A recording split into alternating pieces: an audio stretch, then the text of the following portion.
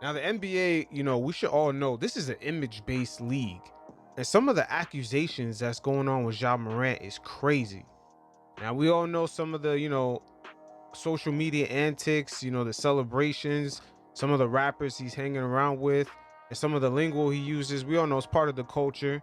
But, at the end of the day, the NBA is an image-based league that's sponsored by a lot of corporate money and private investors. So it's a very image conscious league. And Ja Morant is not the first superstar that kind of, in a way got into a few different controversies early in his career.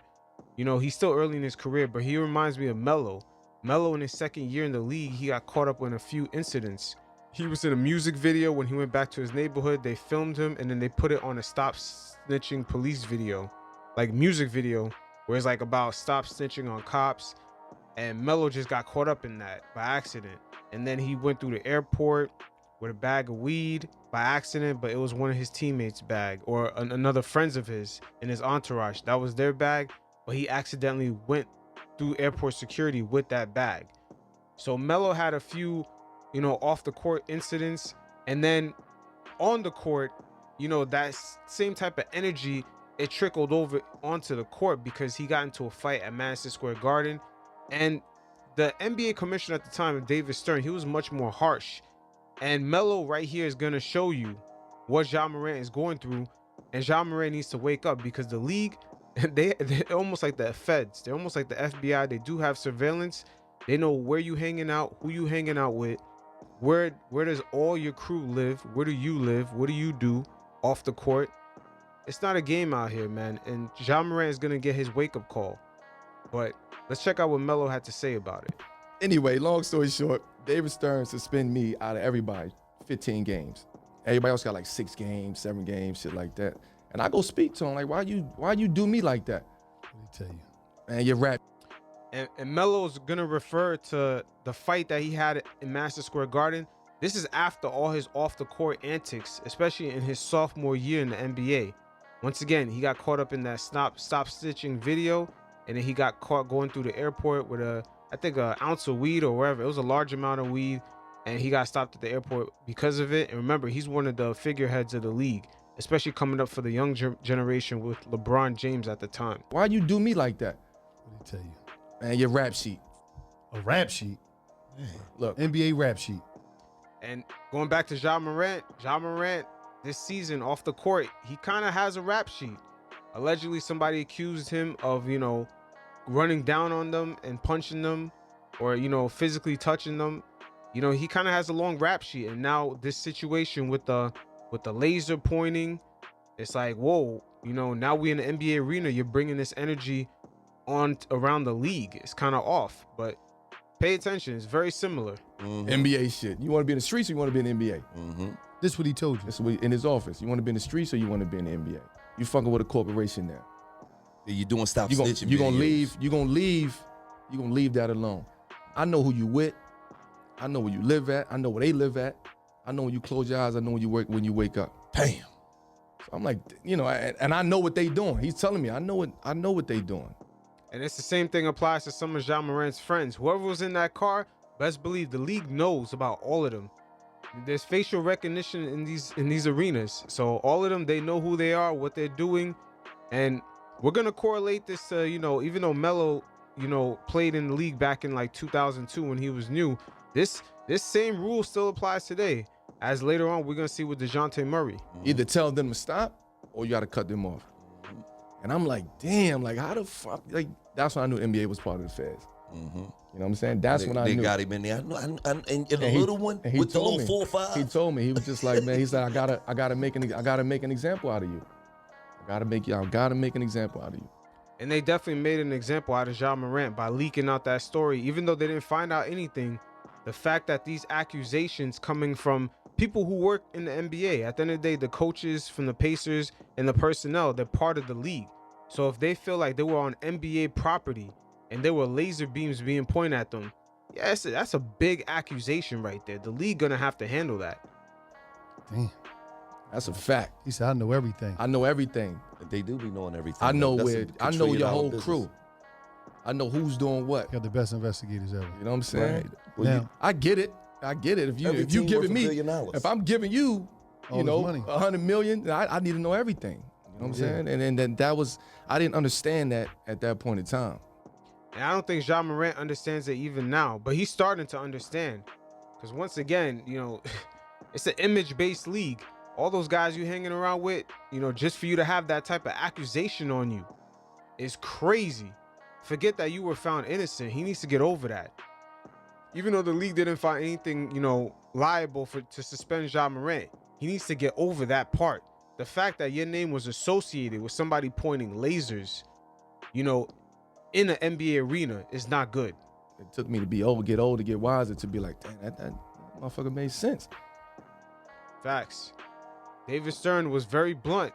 And, you know, Adam Silver, I know he's lighter on the players, but these same rules still apply. Adam Silver, you know, he's all friendly in person, but he's still living by these same rules. As you're going to see Dejounte Murray speak about it. Like, 3 months? And I worked out. I didn't even go to the combine. I worked out for 7 teams. All them teams promised me. Majority of them, they all promised, like, and they was like, don't go to combine. Rich was like, I don't think it's a good idea to go to combine just from the information he had. And the thing about me that bothers me till today and showed me the business of it, but how cutthroat this is, like. And once again, Jamal Murray, for those of you who don't know his background, he went to juvenile quite a few times all through his youth. And the league definitely did a checkup on him. I was honest with them. They went, the information they was going to get on me, the league, they went everywhere, as you guys know. They went everywhere. They went to middle schools, high schools, janitors, juveniles. You know what I'm saying? Random people. I had so many random people come up to me like. Now, hold on a second. They didn't go everywhere to get information. They already had the information. They went everywhere to verify the information. There's a difference. How did they know where to go? That's because they already had the information. They know where to get it. Yo, they came up to me, the janitor at UW. When I made it and came back to go work out, they came and they're asking me like, did he ever disrespect you? Was he mean? Was he nice? Well, what, you know what I mean? Like, so that's when I start realizing it's really federal. They really investigate. You know what I'm saying? So when I get to Cleveland stuff, you know, I work out for them teams. Interviews always smooth. They always blown away. Like, yeah, he got the work ethic. He just needed a chance. Great person, and he was honest. Cause they asked me. Obviously, I ain't speaking on a lot, but you asked me certain things like, you know, I'm telling y'all what y'all need to know. And you don't need to know what you don't need to know. But it's like I was honest with my upbringing, you know what I'm saying? Like I was honest about everything. They asked him out, you was a juvenile 4 times? Yes, I was.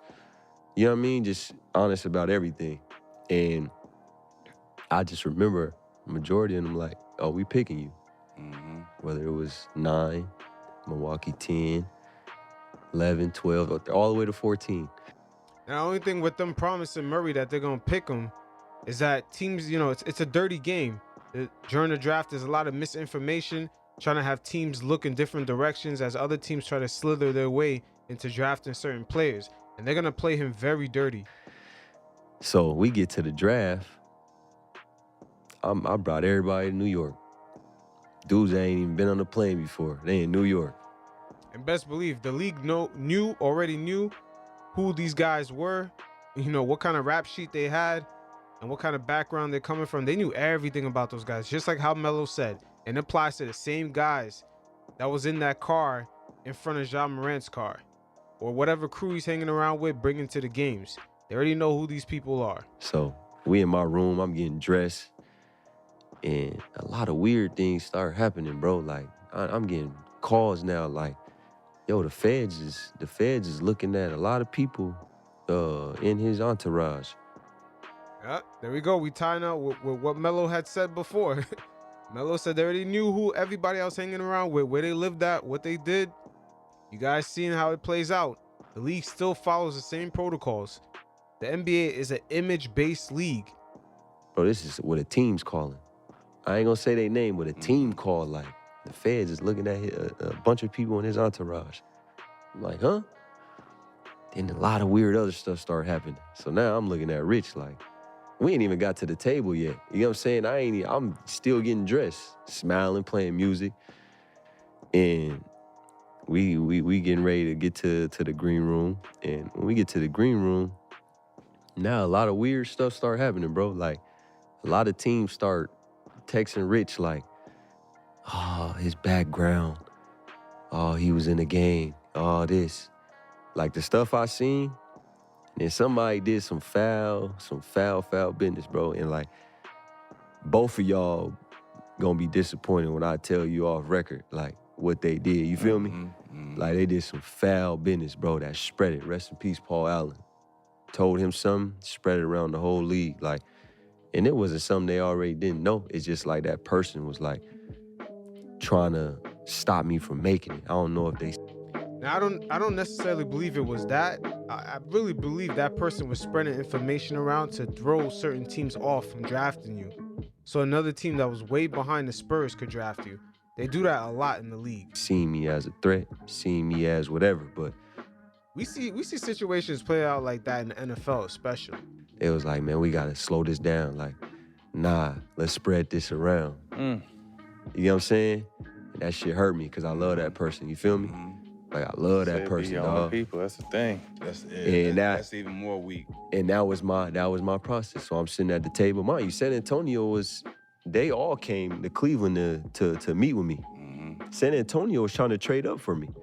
They had the 29th pick. Yep. But knowing the information that they had from all the teams, like, he's not going past 15. So San Antonio told me, like, in the interview, like, we can't let you go nowhere else but San Antonio. Like, we got to trade up to the lottery to get you. Like, we're about to do that. So I'm in the green room. I'm like, shit, I ain't even mind. I don't care about going lottery, none of that. I'm just, bro, I'm about to shake the commissioner's hand, bro. I'm about to get in. I'm about to get in the door. Like, you know what I'm saying? Like, so I promise you, bro, like, even people said I look mad at the draft. They don't know I was mad at text messages I was seeing that was spreading around the league. You know what I'm saying?